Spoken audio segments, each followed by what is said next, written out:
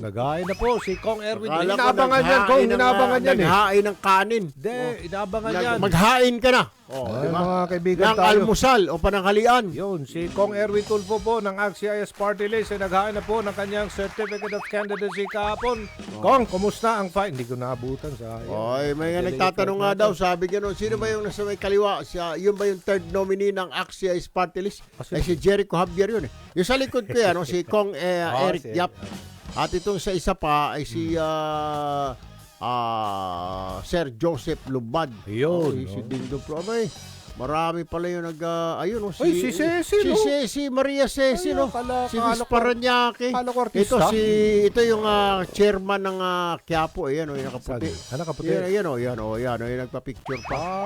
Okay. Ito, si Jericho Si yun. Jericho. Hindi po, siya third nominee, Aha. Chief of Staff po. Yun. Kumusta Kong ang pag-file, pagtanggap ng taong bayan sa iyong pag-file? Wala naman, nag-file lang tayo. Ay, bahala na, ipaubayan na natin sa taong bayan, sa mga botante kung anong gusto nila, anong plano. Aha. Kung ayaw nila kay Erwin, wala tayong magagawa. Yun ang gusto nila. Karapatan nila yon. Karapatan ng bawat mamaya ng mga botante ang pipiliin nila. Tama. Na mamuno sa kanila. Nasa inyo po mga kamay next year, May 2025, ang paghubog ng kinabukasan ng ating bayan. Kung sa tingin nyo po na useless po tayo, wag na lang. Diba? Hindi, kasi... Kung sa tingin po ninyo na makakatulong po ako sa inyo, sige po, go. Kong. At hindi ko po kayo ipapahiya. Solo parent. Kasi marami kang nakakahiya eh. Tama. Yung binoto ko yung hayop na yan, wala namang ginawa. Marami... Nakaupo lang dyan, nakatunga nga maghapon. Diyos ko po. alam ng mga kababayan natin kung marami ka nagawa. Solo parent at ang problema natin sa mga PWD, senior citizen, ang pagbibigay ng ayuda, ang paglapit mo sa mga inaapi. Road rage. Road rage na Meron mga kaso eh. prior to bills pa kung anong naisip mong unahin kapag ikay palarin next election. Nandyan na. Marami na tayong mga batas, mga panukala tungkol sa mga OFW, mga PWD, senior citizen, solo parent. Ang kulang na lang ay itong mga nasa gitna. Aha. Yung working class. Working class. Yung mga teacher, yung mga nagtatrabaho sa call center, fast food, kasama dyan, mga fast food, mga server, mga kahera, gwardiya, mga working class yan. Benefits nila. Yan. At saka yung retirement. Retirement benefits. Sweldo ko. Kasi hindi yan, siyempre kung kakayanin. Kasi, huwag mong asahan yung SSS dahil inutil. Walang silbi. Hindi nga makapagbili ng maintenance. Maliit lang ang SSS Sobrang Magkano liit. bang monthly ngayon? Wala, 2,500, 3,000. Kung maghuhulog ka lang ng 500. Wala. Kaya mas maganda i-introduce natin, tignan, isipin, kahit gobyerno siguro maghawak niya yung mga retirement. Huwag yung SS kasi hindi talaga uubre. Hindi makabuhay, hindi makabili ng isang sakong Paano gas. tayo? Meron tayong SSS, meron tayong PhilHealth, meron tayong Pag-ibig.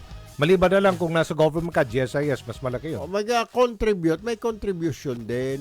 Pero siguro, I don't know, paano? Kaya dapat pag-aralan yan. Pag-aralan, panibagong ano. Alam mo kung gugustuhin, pwede. Yan, sa education natin, marami tayong dapat tututukan. Environmental protection. Exactly. Seguridad. Kasi ang problema ng mga middle class, paano pagkasya yung sweldo, sumweldo ng 30. Hindi aabot yun ng 15. Aha. Kulang. Kaya karamihan sa mga nagtatrabaho, lalo yung mga teacher, nako, yung mga nasa fast food, mga nasa call center, nakasanla yung ATM. Nako. Correct ka dyan. Kasi ang sweldo talaga, hindi abot sweldo niya, mga 25, 30 hindi mil ang abot. buwan. Kaya nga, kung hindi kaya ng employer yung sweldo, siguro kausapin, ano po ang pwede kaya? Dito kaya tayo sa allowance, clothing allowance, yung mga ganun. Mga non-wage benefits. Yun. Pwede, may libreng bigas. Libreng, libreng bigas. Libreng pananghalian. Subsidiya. Sa mga factory worker. Pwede, subsidiya sa mga kantin. Halimbawa, may mga libreng kanin. Di ba? 50% ang bibiling ulam. Mga health benefits. Kasi hindi benefits. naman sinasagot na kwan. Pag nagkasakit ka, ikaw, mister mo, mga anak mo, immediate family. Oho. Sagot ng health insurance na Oo. 50%. 50%, no? Okay na yun. Diba? Salamin. Pero no? lahat Marami ng mga yan, kailangan. So, marami ho tayong problema ang ating bayan. And let's not forget yung inflation. Inflation pa. Marami ho Nagmamahal. talagang problema kaya kailangan na pagtuunan ng pansin. At kaya nga po yung sinasabi na mangampanya ka ba? Paano ka mangampanya? Ang dami itong problema nito. Paano mo kailangan? Ang balik ng Kongreso by Aljo sa November 5 4. November 5. May ano pa. Ay, kailangan ano pa ngayon? mag-report ako doon. Kasi paano mo maisalang lahat yung mga panukalang batas na yan kung, kung nangangampanya ka? Andun yung mga benefits sa ating mga kababayan. Oil deregulation, yun. Maraming panawagan nito kung i-review ang oil deregulation law. O ibasura na lang kaya Ginawa yan. na natin yan. O anong sa tingin mo Nakapile na dyan? dyan. Siyempre, may mga naglalabi dyan, yung mga kumpanya na langis. Siyempre, yun ang kalaban mo. Lalaki din ito, no? Anyway, Parang bato, bayan, kakarapin natin dyan. napakadaming problema na dapat hong ayusin. Sige. May pangako ka by Aljo kahapon. Oo nga. 3 years lang hinihingi natin bay. 3 years. Kung hindi ho tayo, wala tayong gagawin, kakamot-kamot lang tayo ng ulo dyan sa Senado. Bababa na ako sa 2028. Sabihin ko, ayoko na. Balik na lang ako sa radyo kasama si Bay Aljo. Hindi, walang biro. Meron kang Bakit mo magagawa ba dyan. aantayin ang 2031 kung useless ka naman? Puro banat ang abuti mo. Oy, tulpo, magtrabaho ka. Oy, tulpo, inutil ka. Ang dami ko nababasang ganun. Sabi ko, hindi kaya nito nahihiya. Hindi. Ikaw, hindi ka mamahiya. Mga baser mo yan. Hindi, kunwari ikaw, nakaupo ka dyan. Aljo, anong ginagawa mo dyan? Suklay ka lang na suklay dyan.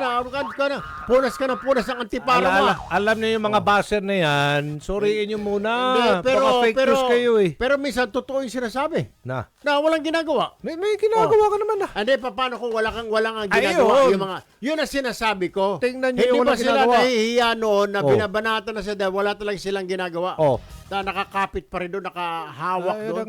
Lumilitaw lang kapag panahon ng halalan. Iyon ang sinasabi ko. Kaya nga bay, pag 3 years wala tayong ganyan tayo, lumayas na lang.